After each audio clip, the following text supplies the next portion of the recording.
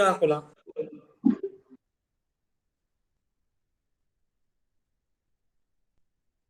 afternoon. I welcome you all to the second session of the day, and it is our pleasure to have Dr. Anil Kumar with us. And sir is assistant professor and head department of animal sciences, University of Agricultural Sciences, Dharwad, Karnataka. And sir has chosen a topic for deliberation, that is feed to milk, fundamentals of dairy nutrition. Sir, you're audible as well as visible. Please start. Thank you very much. First of all, I would like to thank the organizers for inviting me to present a talk in this training. So today, I'll start with, because this is about milk, so I'll start a little bit about the current status of milk production and so on, and then discuss few points related to how the milk components are produced, and then there are maybe a few concepts related to what are the factors which actually affect the milk composition. So this will be more a fundamental presentation. So anything related to applied aspects can be discussed after the presentation. So as all of us are aware, so the current milk production is almost touching 200 million metric tons. So this is the one that was actually given earlier this year. So this anticipated this year is 208. So last year it was 180 and odd. So it has started, we can actually go back to the history. So it has started at 17 million metric tons in 1970. So now it's almost 200.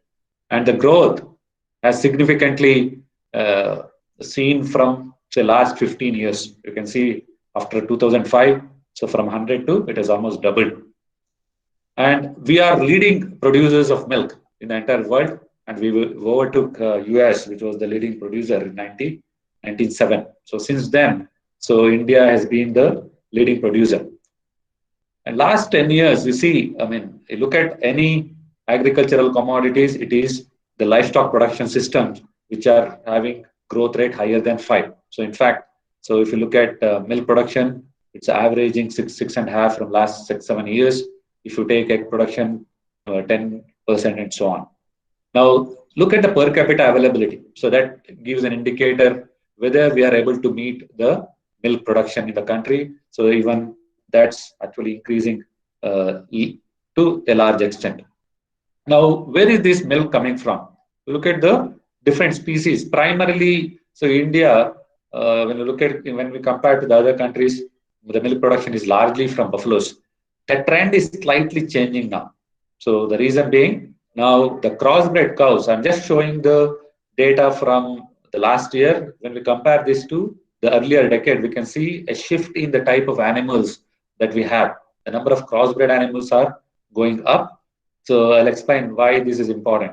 So right now, so the percentage is almost 26%, and we have started seeing 1% of exotic cows. Means these are high yielding animals. And the proportion, so earlier, so we used to say that the milk production in the country, more than 50% is coming from buffaloes. Now it has slightly dropped below 50, and the milk production from the cows are increasing. And when we look at the overall picture, so the composition of nondescript animals are going down, and then among indigenous cows, so we have some breeds which are known for milk production. So the numbers of those are also going up. Now, this is just to get an idea. So this is what the government of India has published. What is the average yield? And we can see that it is varied. So when you look at so different types of animals, it is varied. But when we compare to the previous years, now the productivity is also slightly going up. So these probably are some indicators as to why we are able to so increase the production so over the years. Now a little bit about so what is happening with the composition. So when we actually look at the overall composition of the livestock population, the increase is very small. So of course in numbers, because this is in millions, so it could still be a significant number. But within each species, so when we look at the population, we see the dynamics. So the change in the female cattle population is going up. So the population, so from 12 to 19, so those are the two census that we have from the previous decade. So we see almost 18% increase in the female cattle population. This is also a reflection as to why we see so higher milk production. So this again, just to show the different information. When we look at the overall population, so the marginal, the increase is very marginal. But so within them, so we need to look at the dynamics. So I was just explaining. So in the female cattle population, so the increase is almost 20 million, 122 to now in case of okay, let me just move on. In case of buffaloes, so we see that the trends are slightly smaller. It's not so much. Buffaloes are so almost when we look at the total female population, there is slight increase. But when we look at the actual milch animals, so it is sort of so holding off. It has not decreased, but it is almost at the same level. So mainly we see increase in the crossbred animals, which are mainly for milk production. Now, when we have these animals, if you have to have say proper production, so we have to have proper feed resources. You take any publication, so or any report which so where they have calculated what is the feed resource in India, and so you will always see that when we compare it to when we compare the availability to the required is always based on the population. We always see that we are in deficit.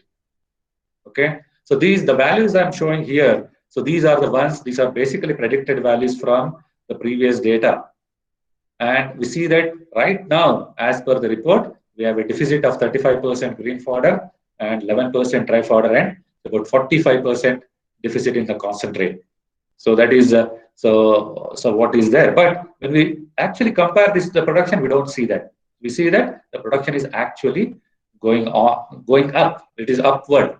But of course, there are so many reasons why we can still so anticipate that change. So one of the reason is that when we look locally, so what's happening locally, we see that many of the feed resources are diverted towards dairy animals. So in this particular report, it was very clearly, so when they have surveyed the household, they have seen that if they have cows, 35% of the green fodder is going towards the milch animals, and 60% of the concentrate is fed to those animals. So if the animals are milking, so you give more of these. So rest of the animals don't get these, especially concentrates. So they will be feeding so dry fodder and other things. So there is diversion of the nutrients towards so these animals. Again, buffaloes, it is more. Among the buffaloes, if the buffaloes are milking, so they get more feed. Now, is this optimum and so on? So those are the questions that needs to be addressed. So when we take the overall picture of our country, so the type of animals, the availability of feed, the feeding practices that we have, and the management pattern, so it's so divergent. So we can't really have a common aspect in all the parts because the type of feeding is different, the type of animals are different. Now the challenge is that we need to increase the productivity of our animals. So that is always the challenge to meet the needs. And we are increasing the, as I showed the data, so the milk production is going up, but how far can we sustain? And how far we can actually meet the demand from the growing middle class? That's the challenge that we have right now. So for these, so if you have an understanding of the dairy nutrition and especially related to nutrient utilization for milk and milk production, so actually it should be milk and milk component production. Then so we can probably able to sustain this. So here the challenge is not just production of milk, but also we have to look from the producer point of view. A person who produces milk, now he has to be paid.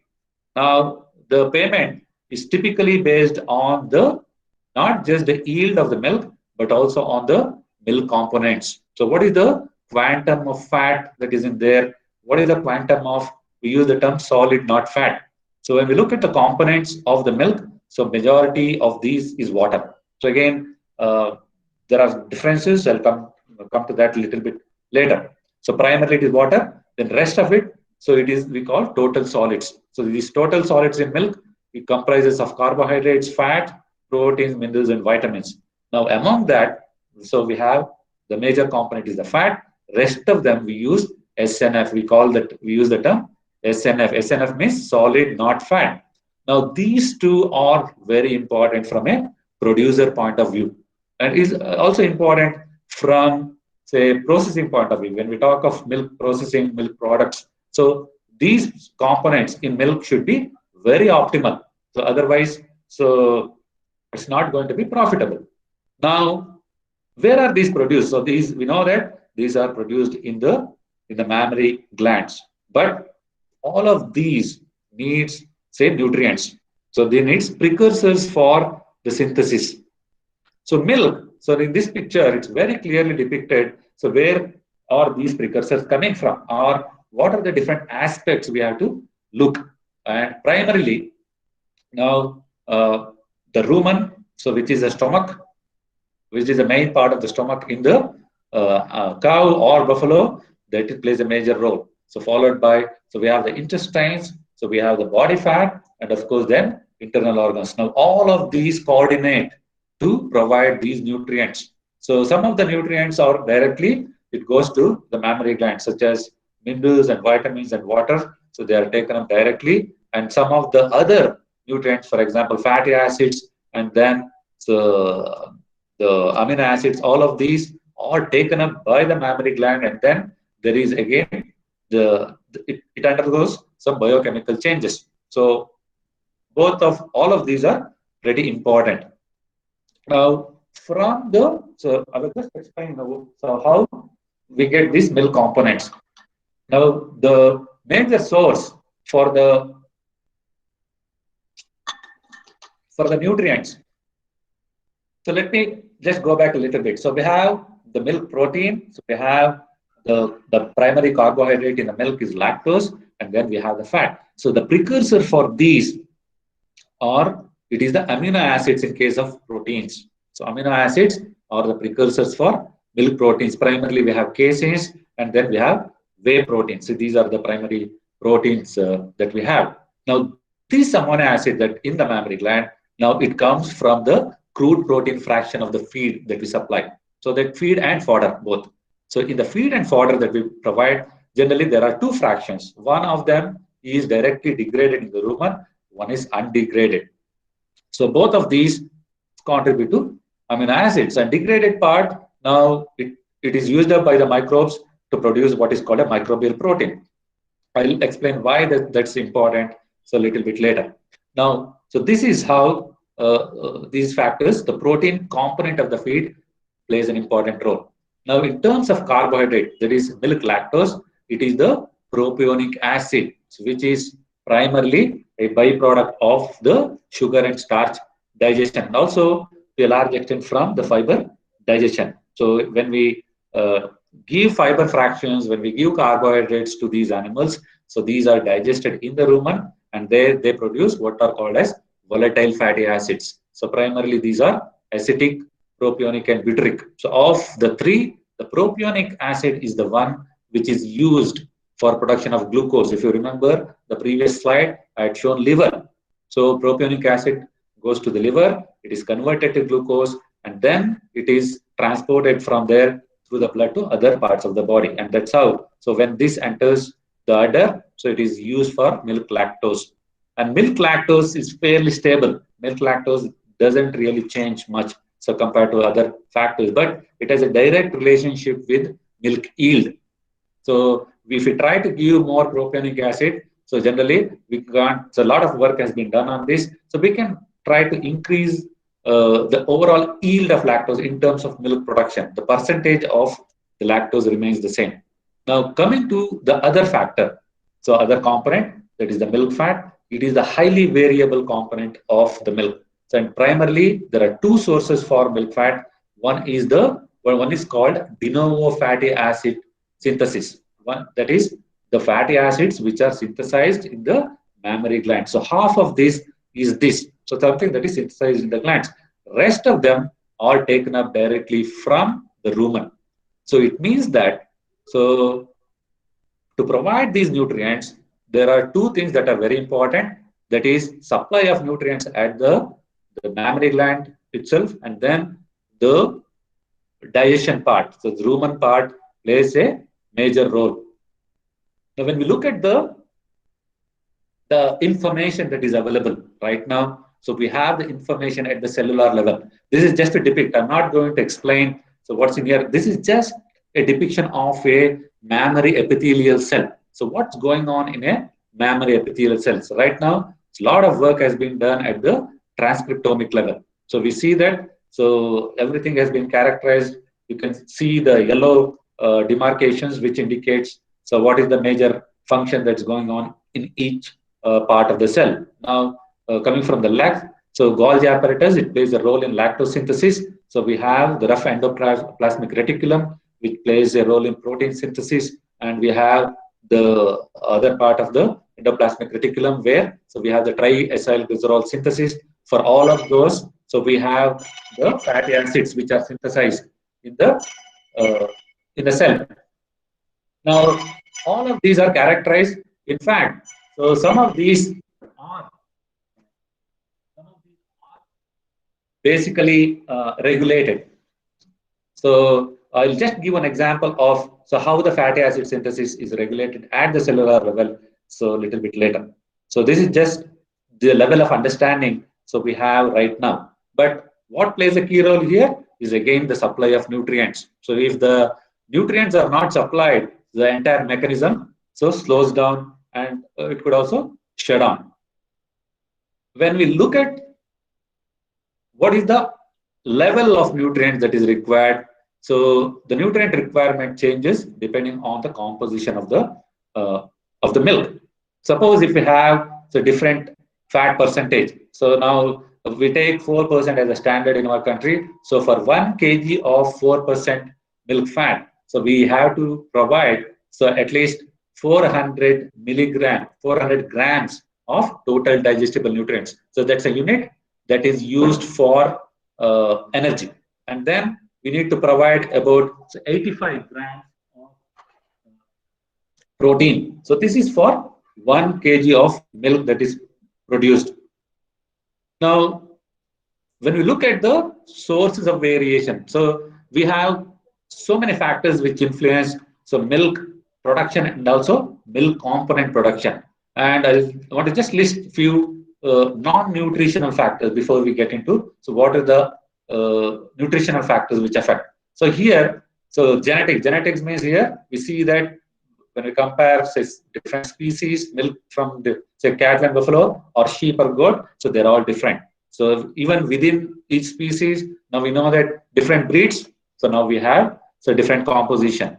Now age, so within each breed, again when we look at the age of the animals, with the age the milk composition changes. As we actually milk fat and SNF drops with age. So if you have old aged animals, so we see that these are dropped. So compared to the younger animals, environment, summer has a major influence on so milk fat. There is what is called low milk fat syndrome, typically seen in summer. So that is, and of course, it also affects SNF composition also in the milk. Then health. So here we talk of if we just focus on the udder health, if there is mastitis, so that's going to affect the composition of the milk. And one of the physiological aspects is the stage of lactation. Stage of lactation is basically, so we have about say 300 days. So when the animal gives birth, it starts to produce milk. Now from there, so 305 days is taken as a standard. We presume that the animal will be producing the same amount and same type of milk, but physiologically that is not the case. Now what I'm telling is what we see in one particular animal. Even within an animal, depending on the physiology of the production, these changes are seen. So here we can see so how the changes are seen in the protein, fat, and lactose. Of course, we can actually directly relate it to milk production because milk production also changes. So obviously, when the milk production changes, the components which are given in percentage will be different. So this is a picture. Typically, it shows what are the different responses that we see over a period of say 1 year. So if right from the animal when the animal gives birth, that is from day 0. So it is actually given in months until about 12 months. So this is an ideal scenario. So if you take an animal, so we have milk production for 10 months. So then we have rest period for 2 months and so on. Now, there are 3 factors that we need to consider. One is the milk production. The white line that you see here is the milk production. So here, right after the animal gives birth, so we see that until about 3 to 4 weeks, the milk production increases linearly. So if the animal is producing about 10 liters of milk on day 0, so every day we see that the milk production goes up. Now, then it tapers off after say 3. So we get it's about peak milk production, say about from 3 to 4 months, and then after 4.5 months, it starts to drop off. So this is a physiological phenomenon. Of course, we cannot completely prevent it, but we can sort of reduce the quickness in which it drops. So this is very, very important for a profitable dairy enterprise. So this entire phase can be split into 3 phases. So early milk production phase, we have the mid milk production phase and the late milk production phase. So basically the lactation, this is called as a lactation cycle, because after every calving, we see the same thing. Now, in addition to these, there are 2 things that are very important from the animal point of view. The one is the feed intake. Here, DMI refers to the dry matter intake. Feed, generally in nutrition terms, because when we compare the feeds have a lot of different levels of moisture or water content. So it's very difficult to compare. So we always use the term dry matter. Dry matter is everything except the moisture level. Now, when we look at this, the feed intake, you see that the consumption of feed is very minimal initially. So there are a lot of factors. I'll discuss some of the factors. Now, it is minimal initially, and then gradually it increases. But one thing that is very, very important, especially the first part when the milk production is peaking, is that the animal will not be able to consume enough to support this particular phase of milk production. So that is very important. Now, where will the animal get the nutrients? It nebulizes the nutrients from the body tissues. So it has to get the required nutrients from the body tissue. So this phase, generally we use the term negative energy balance. So the animal is in a negative energy balance because the animal will be driving. So it will be utilizing you saw one picture earlier that given the adipose tissue. The adipose tissue will become the primary source for supply of, say, the fatty acids.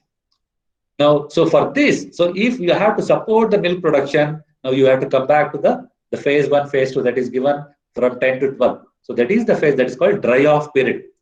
That is the dry off period means that is after you stop milking. That is the period, there is a resting phase when the animal is not milking. So the animal will have to be fed properly during that period so that the animal puts on more weight. When I say more weight, the animal should not be obese. The animal should not be obese. Rather, the animal should put on enough weight so that it can support the lactation period initially. So that is the meaning of that. So nutrient. So what happens with our farmers? Majority of the time, so I just showed you a slide earlier. The focus of the farmers is for milk production. So they focus if the animal is giving milk, so you give feed. If they're not giving milk, now you don't give good quality feed. What happens? It is going to affect the next production cycle. So when you look at the body weight, so that is given in the red, you see that the body weight with the animal would have gained at the end of pregnancy. So before it calves or gives birth, now it starts to lose body weight until about 3 months when the peak milk production is seen. And then after 3 months, when the animal starts to regain the complete capacity to eat, now it starts to put on body weight. So it will again regain the body weight. So here, the very important aspect is the feed intake. The animal, you have to optimize the feed intake. Of course, it should be nutrient dense. So this is just to show the actual data. What happens in the first 4 weeks? You can say, I was just explaining. So what is the percentage of initial body weight the animal So he's going to lose body weight. So almost up to about 15% of the body weight in about 4 weeks.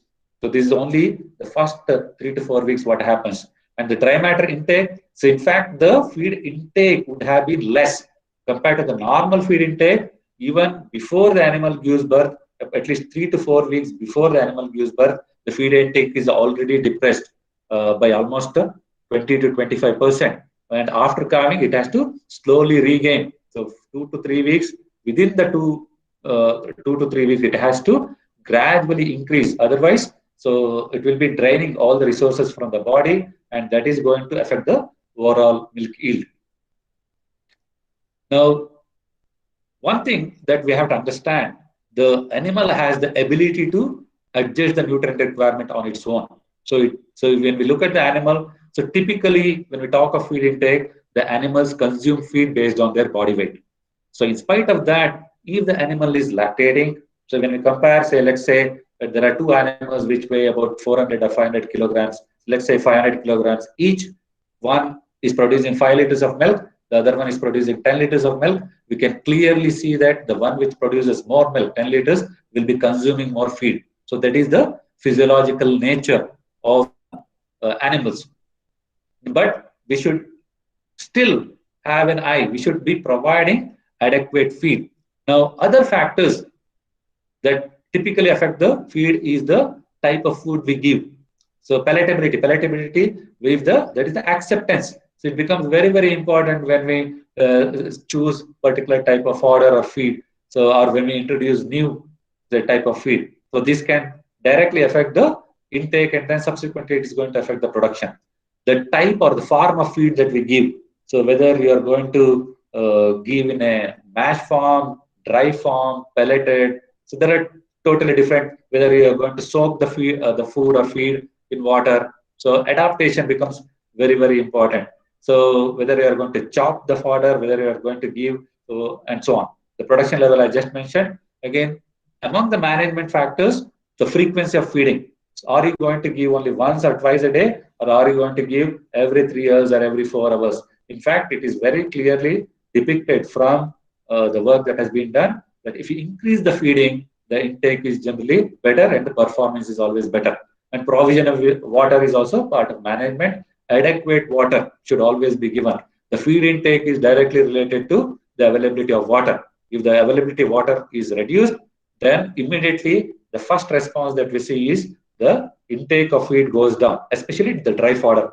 If it is green, the green fodder already will have about 60 to 80% water. So depending on the season and other things, so that can probably nullify this effect to some extent. But if you are providing only the dry form of the feed or fodder, then you need to provide adequate water. Environment, I just mentioned a little bit earlier about environment, but when we compare the feed intake, the summer months have a negative impact on the feed intake. So we have to maintain the ambience in which these animals are kept. So nutrient density is another factor. It is very clearly shown any food or fodder which has a balanced nutrients in terms of energy and protein, they are consumed better. So we can, very simple analogy I can give, you can just compare the dry, say, straw and maybe a fodder, the green fodder and a dry fodder. So intake will be much better. So in the fodder compared to the dry straw. So along with this, when we talk of nutrients, it is the level of fiber and the fiber composition. So here, the perception, when we talk of fiber, our perception is that we always talk of crude fiber. Crude fiber is, so I would say this was the unit, although we still use it, it may not be optimum. These days, we have to go for the fractionation of the fiber. We have to use, there are two the fiber fractions. One is called NDF, neutral detergent fiber. The other one is called ADF. So these are the ones which needs to be used. So the optimum level of NDF is the one that is very, very important for the intake. Now, so what is the effect of these? So on some of the components, the optimization of the feed intake should be in about 3 months after post calving. So the dry matter intake should be about, when we compare to the body weight, should be at least 3.5 to 4%. Otherwise, normally the animals consume about 2.5 to 3% of their body weight. It means if the animal is weighing about 500 kg, now again the dry matter will be, if it is 2%, means it's 10 kg dry matter. If it's 4%, it should consume about 20 kg dry matter. So that's the amount that the animal should consume. Now, if we are unable to reach this, now what's going to happen? The animal will be depending on the body resources for the nutrients. Now, we expect the peak production to be early if we have to get more milk. So this peak production will be delayed. So when we take the overall lactation, the total milk production will be generally less if the optimum dry matter intake is not there. So in addition to the milk production, we also generally see if the intake goes down, the milk protein percentage in the milk will drop. So that's it's converse. If you try to increase the dry matter intake, we can slightly increase the milk protein by about 0.3 to 0.2 to 0.3%. Now, looking at the factors which affect some of the milk components, first we're looking at the milk protein. When we take the percent of milk protein, so it's fairly constant. So we can see very marginal changes, like maybe 0.2 units, 0.3 units. So we can't see very drastic changes like fat. So, but here there are certain factors which affect. Now, why this is important? Now, this is a major component of solid, not fat. If the farmer will have to have a good quality milk, then milk protein should be optimum. And of course, these days, even in cooperatives, now they have some rules which says minimum level of SNF and fat is mandatory if they have to get milk. Now, all of these are related to milk quality. So if the milk quality will have to be good, now it is related to how you feed the animals. Now here, the energy component of the feed is one of the major aspect of protein. So there is a misconception among the farmers that if I feed more protein, now that's going to increase milk protein. That's not always true. So, but the factor which plays a major role is the milk. So feed, it is the feed energy. So you will understand why that is the case. Because as I mentioned earlier, it is the amino acids which play a major role for synthesis of milk protein. And these will have to come from the microbial protein synthesis in the rumen. And the rumen microbial, so they are the source for almost 75% of the amino acids that we get. Other 25% comes from the bypass protein. Probably you would have heard about this. What is the bypass is basically, it is not degraded in the rumen. It goes to the small intestine and then, so it is directly absorbed from there. Now this place, of course, there are people who would say that probably bypass protein is not important. It's probably so if the animal is not producing more than 5 liters of milk. We don't need bypass protein. If you talk of animal which produces more than 10 liters of milk, then we need to think of these things. So provision of, so if you have a very good quality protein directly feeding to those to the ruminants, so basically there it is going to be degraded. So if you have high quality protein, better to have them as a bypass source so you can utilize this completely. Now, one of the challenges for conversion of dietary protein to milk protein is that the efficiency of conversion is quite low. So it's only about 25 to 30% because the rest of it is used for other body functions. So why there is so much focus on microbial protein synthesis is that when we compare the protein, the amino acid profile, in fact, whether it's feed or body body protein or other things, the microbial protein profile, that is the amino acid profile, it mimics the milk protein. So it has more what is called essential amino acids. So this is one of the reasons why we have to focus on increasing microbial protein synthesis so that we can have higher milk protein in the animal. So generally, there are certain factors which influence the synthesis, and one of them is the digestion, the digestive aspect. Mainly, it is the organic matter. Organic matter is again refers to among the feed, so we have what is called inorganic and organic part. So inorganic is mainly the mineral parts. So if you take it out, whatever is remaining, that part should be highly digestible so that it provides energy for the microbial synthesis.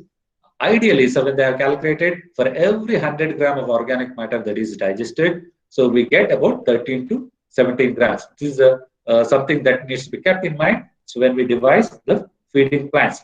Now, we could see a reduced protein synthesis in certain conditions. So one, if you are feeding high concentrate diet, so thinking that so we need to provide more energy, so we can provide high concentrate. Now that's not going to help much. So because now that is going to alter the rumen environment. There are conditions like acidosis, so where so it can impair the digestion of the system, digestion in the system. The other the major factor that we see in our conditions, especially in India, is the low quality fodder, or even we provide the dry straw and other things. Here, because the carbohydrate degradation is so slow, the microbial protein synthesis is not optimum. So we need to consider these things. So now, how to optimize? Basically, we need to provide so good say fodder. So that's one of the major way to increase. So that's going to increase the dry matter intake because the energy supply could be limiting if there is slow degradation of the carbohydrates.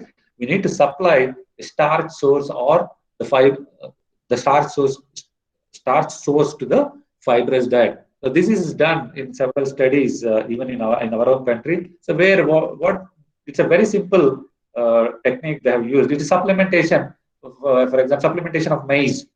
If the people are feeding only say fodder, all you have to do is suggest them to include say a starch source. Now that is going to increase the microbial. So the response, people will not know that it's going to increase microbial protein yield. Rather, you will see an increase in SNF. So that is the way you see the response. That is the reason is so that's it is going to increase the microbial protein yield, and then it is going to help in terms of increasing protein and eventually the SNF content.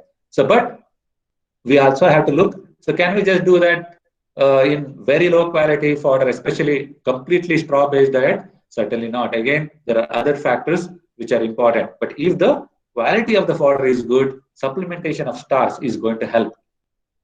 Now, the minimum level of protein that we need to have in the diet should be at least 11%. So, because it's not just the energy that is important, it is also the protein. So, at least 2 grams of the nitrogen should be available for every 100 gram of organic matter. So, if there is optimal growth. Now, one of the examples that I found was, for example, lucerne.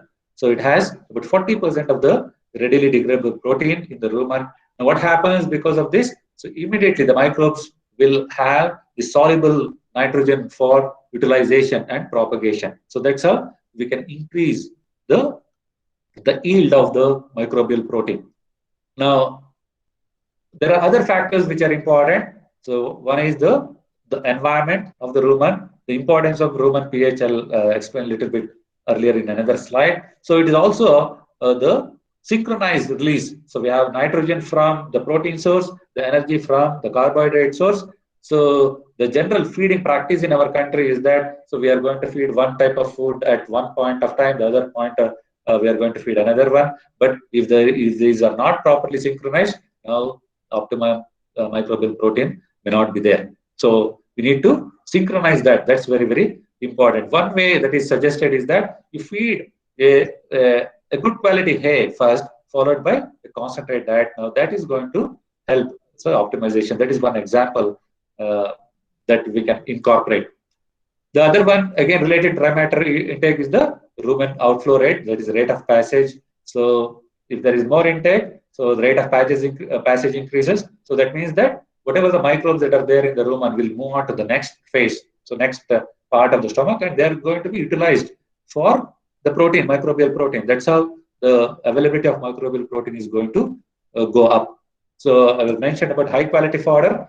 So that's it could be a source of fermentable substrate. And then in addition to this, so there are certain minerals. I'm not really going to talk much about minerals in this talk, but so there are certain minerals which are essential for the production of essential fatty acids. So we need to provide a sulfur source so for synthesis of methionine. So that's why, so when we consider these things, so they have to be kept in mind when the ration is formulated. The next most important component of the milk is the milk fat. It is one of the most variable component of the milk. But when we compare all the types of fat that are available, it is the most complex. The milk fat is the most complex because we have more than 400 different types of fatty acids.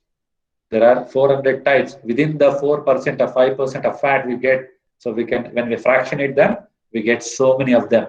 And right now, so there is focus on which of these are good for our health. So it is the monounsaturated fatty acids, which are, and some of the polyunsaturated fatty acids, which are good for health. And then, when I think many of you are aware of the trans fatty acids, it is the milk fat which has some trans fatty acids which are beneficial to our health. So, from the health point of view, also the milk fat is much better than the other type of fat.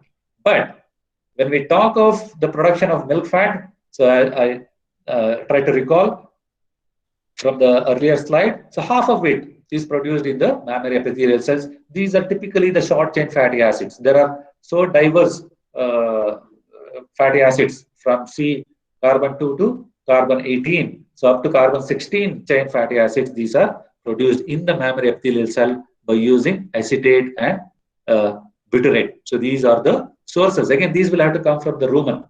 Then the long chain fatty acids, which come from the fodder, will undergo some changes in the rumen, and these will be absorbed in the intestine, and these are utilized directly. And there will be some modification of these. So, in terms of milk fat, we come across two problems generally. One is called the low milk fat, the other one is called milk fat depression. So, in either, when we look at both, it appears as if like, so in both the conditions, there is decreased milk fat. So, so these are quite different because one is physiologic in nature, the other one is management in nature. So I'll just compare. Low milk fat, typically we see in those animals where the dry matter intake is not optimal. There is a reduced intake of feed and fodder. These animals are generally, these are very lean. When we look at the fat percentage, typically 2.5 to 3.2%, but the ratio remains almost constant. Ratio of protein to fat almost remains constant, and they may have lower milk production. Generally seen, so in about say first 120 days after milking. The main reason here I mentioned is management. It is because either you are not providing proper energy or there is imbalance of the ration. Again, this is the scenario that we see in most of the cases in our country. So because either they completely depend on the straw-based diet, so where the optimal supplement of other nutrients are not there. So if you balance the ration, this can be taken care. The other aspect of say lower milk fat production is the actual depression in terms of synthesis. So here we see that the animal may not have lost weight, it might actually gain weight. This scenario is mainly seen when the animal consumes more grains. It's a grain-based diet. Especially in case of high-yielding animal, we tend to give more concentrate. So if you are giving concentrates in excess of 2.5% of their body weight, then we may have milk fat depression. It's possible. Or to increase the energy density, there is the people include fat. So this is a very common practice in most of the advanced countries, not so much in India. But if you increase oil seeds or even say fat, now beyond say about 2% of the total ration, it might have a negative effect. So that is there. Fat test, generally it will be less than 3%. So here the protein, how do you know? We have to compare the protein percent and fat percent. Protein percent may be slightly higher than fat percent. The main reason here is mainly because of the abnormal rumen function. So these are the major difference. So when we look at the rumen function, it is the pH, the rumen pH, which plays a major role. the optimum pH, rumen pH should be somewhere from 6.2 to 6.8. So in the picture, you can see that it should be towards the left-hand side. So 6 to 7. Now, what happens if it is optimal? So we have a diverse type of, say, microbiota in the rumen. So if it is 6.2 to 6.8, so the cellulolytic, so those organisms which digest the fibrous fractions of the fodder, these will be highly active. So if they are highly active, so we see more acetic acid production. We can see the proportions, the dark line that's there on the top, then compared to the propionic acid. Now, if the pH shifts towards acidic, the cellulolytic flora will decrease, rather the amylolytic organisms will increase. Amylolytic, basically, these are the ones which will digest the starch and sugars. The consequence of that, there is production of lactic acid. If the production of lactic acid increases, now the production of acetic acid and propionic acid is going to go down. Now, so far I've been telling acetic acid is the precursor of milk fat. Propionic acid is essential for the glucose, which is again essential for lactose and other things. So now it is going to decrease both the milk fat content, milk protein content, and overall milk yield. Now, what is the consequence of increasing lactic acid? So in the rumen, so we are going to see two different changes. One is, so you came across the term acidosis. Now, this is where we see the phenomenon of rumen acidosis. So there is shift in the microflora, and also the acidic pH is there. So the lactic acid content is going to go up. Now, if it is absorbed into the rumen, from the rumen, if it is absorbed to the gastrointestinal tract, so the pH of the contents will decrease. Now that will absorb some more water from the other body parts. As a consequence of that, we see the watery feces or diarrhea. So that is the physiological way, so how the things progress. So if you don't take care, so if the pH drops below 5.5, if there is chronic acidosis, now it can also lead to a condition called laminitis. So laminitis is basically the animals will be limping. So there will be basically hoof problem. So this is typically a case that we see in very high concentrate fed, say high yielding animals. So so nutrition has a direct impact on the health of the animals also. So it's all related to how we manage the rumen function. Now, what is the effect of this rumen pH on the milk fat? You can see if the rumen pH drops below 6 or it's close to 5.5, the milk fat has dropped below 3.5. So in case of this is actually an example that is taken from an exotic animal, Holsteins. So these Holsteins tend to have a pH of 3.5. So if the pH drops, we see that it's going to reduce. So because of this. Now, what is the reason why we see this change? So why we have milk fat depression? In the rumen, so the major source of fatty acids from the fodder is the linoleic acid. Now, there is the progression of the linoleic acid. These are basically saturated to produce what is called a stearic acid.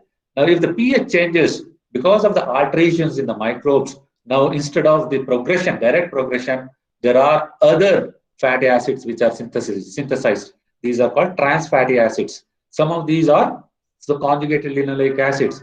So among these, last 15 years, people have identified. So there are different type of fatty acids. Now these fatty acids, when they are absorbed from the rumen, they go to the mammary gland. They enter the mammary epithelial cell. Now these have the inhibitory effect on the fatty acid synthesizing and triglycerol synthesizing enzymes. And in fact, so in 2010, so even we have identified in one of my earlier labs, there was one CLA called trans 769 CLA, which has a negative effect on the milk fat production. So like that, there are so many fatty acids which are there. Now we want to avoid this alternate pathway. So to maintain the rumen function, we need to maintain the rumen pH. Now, how to optimize milk fat? One is by increasing feeding frequency. So if we have increased feeding frequency, what happens, the feed when the, especially if you provide good quality fodder, there is increased feed intake, the movement of the uh, gut contents will be faster. Then the gut, it is increases the rumination. So that is the gut chewing. When there is increased rumination, automatically there is a lot of saliva that is produced. So which will go to the rumen, and then there is buffering effect on the rumen. The pH is maintained. So provision of good quality fodder is a very key for optimization of milk fat. In addition to that, so overall when we take the diet, it should be quite balanced. There are a few other points which are very important in terms of these things that I have discussed so far. The other one is what is the quality of the feed and fodder that we feed. So majority of that, this is very important when we use silage. So we think that whatever we store, we can feed. That's not the case. If there is any mold or yeast, so we may have a negative impact.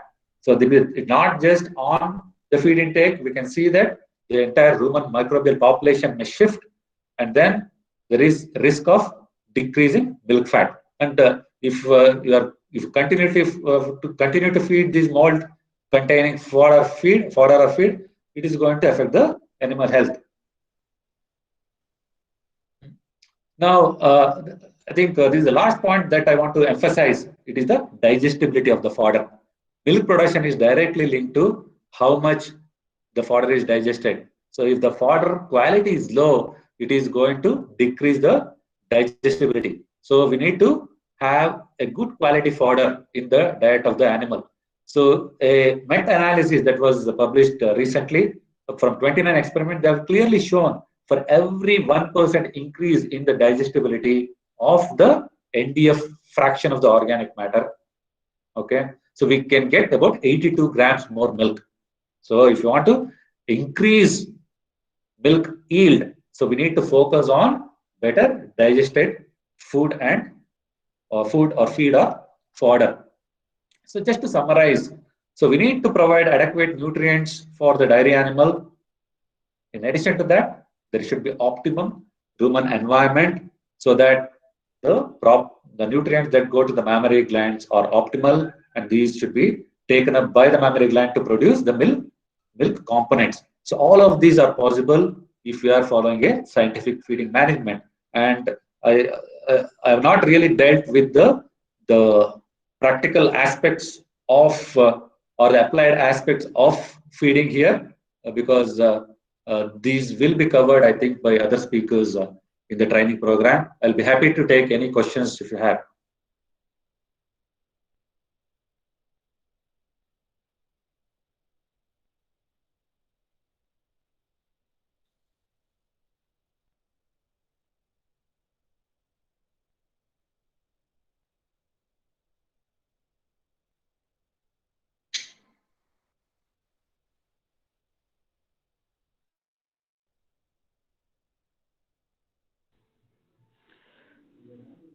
So good afternoon, sir.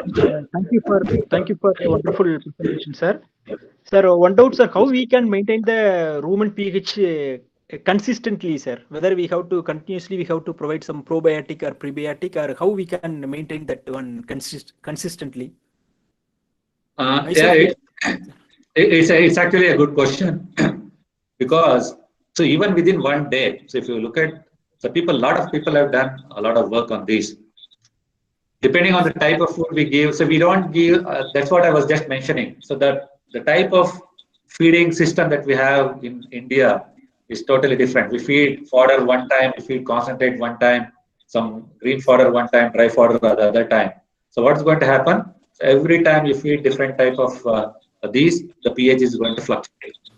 So within one day, they see a lot of changes. So one of the best way that is probably accepted in most of the parts of the world is to provide total mixed ration. You mix everything, you know what is required by the animal.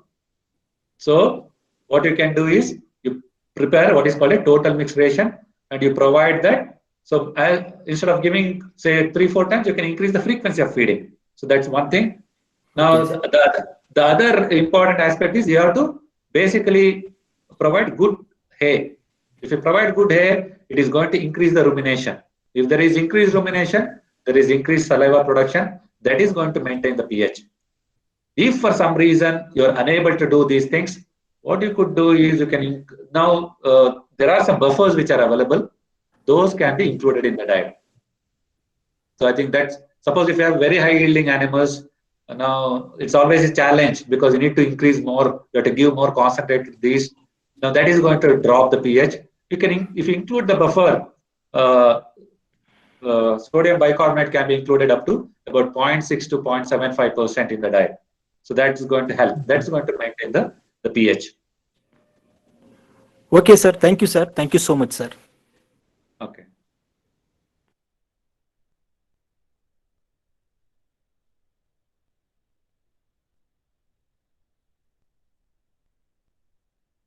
Okay, I see a lot of questions. There is one small ruminants, mostly pre-weaning weight is more compared to post-weaning weight. Well, small. See, you have to understand pre-weaning weight. Basically, the animals will be consuming milk. Milk is a very balanced diet for these animals. Okay, so obviously they are getting better nutrition. So immediately after you wean, because the type again, if you are one is adaptation of the animals to these the type of food you give, it is going to take some time, and most of the time we are sort of negligent in this. That's one of the reasons why there is drop in the body weight immediately after you wean. If you give good nutrition after you wean, then you can support, you can recover that. I think that I see that. I think that is the answer for that. So ideal level of NDF. So it is recommended it should have at least 30% in the diet. So if you have about 30% NDF, then so that's a reasonable value to have in the diet. How to formulate organic diets? Well, the concept of organic diets is totally different. Well, the principles of dry matter intake, if I understand the question properly, the question is how to formulate organic diets for animals on the basis of dry matter intake. See, the principles will not change whether the type of system that you are going to follow. The principles, the physiology of the animals will still be the same. All you have to you do for organic diet is that whatever the source of ingredients that you choose or the feed and fodder that you choose should be organic. Rest of the things will be similar. Biological value of dietary protein for milk protein. Well, that is very difficult to say because the biological value of each protein will be different. But as I mentioned earlier, the microbial protein is the one which is almost similar to milk protein. So the focus, see, there is a saying in case of dairy nutrition is that we actually feed for, if you are feeding to one animal, so it's actually, you are feeding for two different things there. We are feeding for the microbes in the rumen, we're also feeding to the animals. So you have to take care of the microbes in the rumen, and also you have to take care of the animals. So if you take care of these two things, then optimum, I think that the part of milk protein is taken care.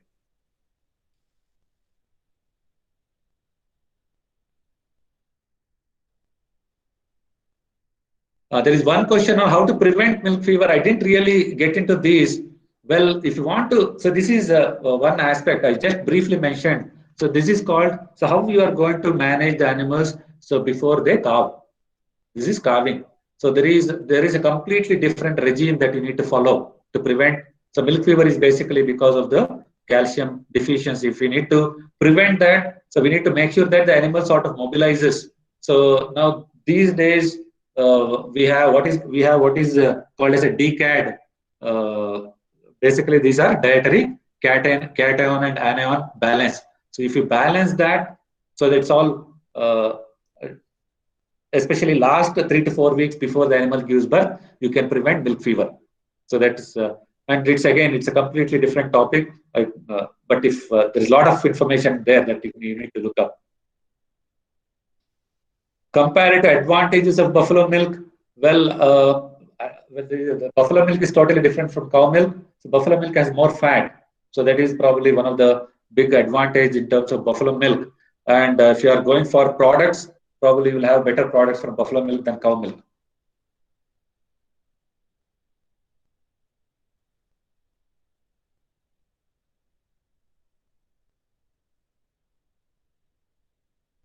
There is one question from I think Dr. Gopal Krishna Naidu.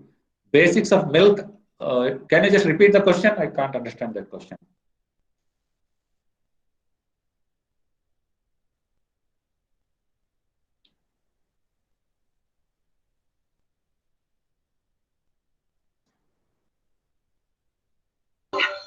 Any questions, please? I think there are two questions. One is about feed conversion efficiency. Well, that again depends on the type of food and feed we use. We can't really see here. We can't really compare directly to the monogastric. Monogastric directly we can say that okay, this is the quantum of feed. So there are so many factors which are involved here. The feed that we use is so diverse, but we have to optimize everything. That I wouldn't want to give any particular number to what is the feed conversion efficiency here. Bypass protein, there are a lot of course, in fact, commercially, I think there is next question from, I think, Mr. Vikas. What are the bypass protein feed available in market? And is it allowed to be fed to animals in organic livestock production? Actually, no. Unless if it is organic livestock production, the feed that you are going to feed to the animals should be organic in nature. And those which are present in the market, probably they are not. So you need to make sure that they are organic in nature, and then you can use. Unless it is certified, then you can't consider your production system as organic. I think those are the next question. Keeping 2 to 3 lactating animals to an economics. See, that depends on the expenditure. So if you have other source of income, definitely it is going to. So why our cooperative has worked very well so far? Because the farmers keep 2 to 3 animals, because it is subsidiary in nature. If you want to have an enterprise where dairy is the primary source of income, so 2 to 3 animals may not be viable. So in terms of economics, so you may have to increase the number again. So then again, the workforce should be your own. So if you are hiring somebody, then again you have to increase the number. So there are so many factors we have to consider when we decide what should be the herd size. Organically produced milk.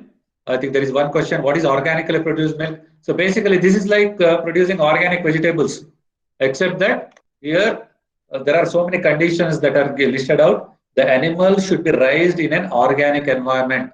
So it means that we should not give any chemicals to the animal in any form, either through the feed or through even for medicine. So we have to use, we cannot use allopathy. So we need to use Ayurvedic or homeopathic. There are so many conditions that are listed out. From feeding point of view, that fodder should come from an organic farm. So those should be, even feed and fodder should be organically grown. I think that is the all right. I think that was the last question I saw.